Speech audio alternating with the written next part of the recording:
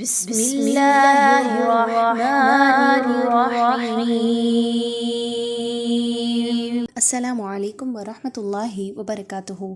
آج کی کلاس میں انشاءاللہ ہم دیکھیں گے سورہ ہود کی آیت نمبر 41 کا ایک ایسا لفظ کہ جس کو قرآن پاک میں روایت حفص پڑھتے ہوئے آپ منفرد انداز سے پڑھیں گے۔ کیسے پڑھیں گے آئیے سیکھتے ہیں۔ اس قاعدے کا کیا نام ہے یہ بھی دیکھتے ہیں۔ تو یہ آیت نمبر 41 کا لفظ ہے مجریہا۔ اس کو عام طور پر لوگ کیسے پڑھ رہے ہوتے ہیں کہ را کے نیچے چونکہ کھڑی زیر ہے تو اس لیے اس کو لوگ عام طور پر پڑھتے ہیں مجریہا۔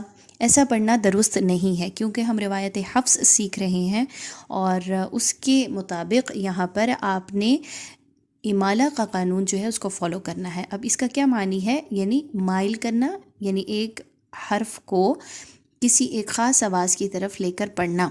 تو اب کیسے مائل کرنا؟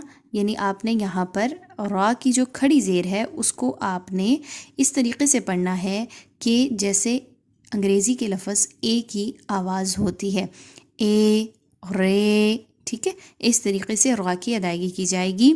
یہاں پر اس کی ادائیگی ری اس طریقے سے نہیں پڑھا جائے گا۔ کیسے پڑھیں گے؟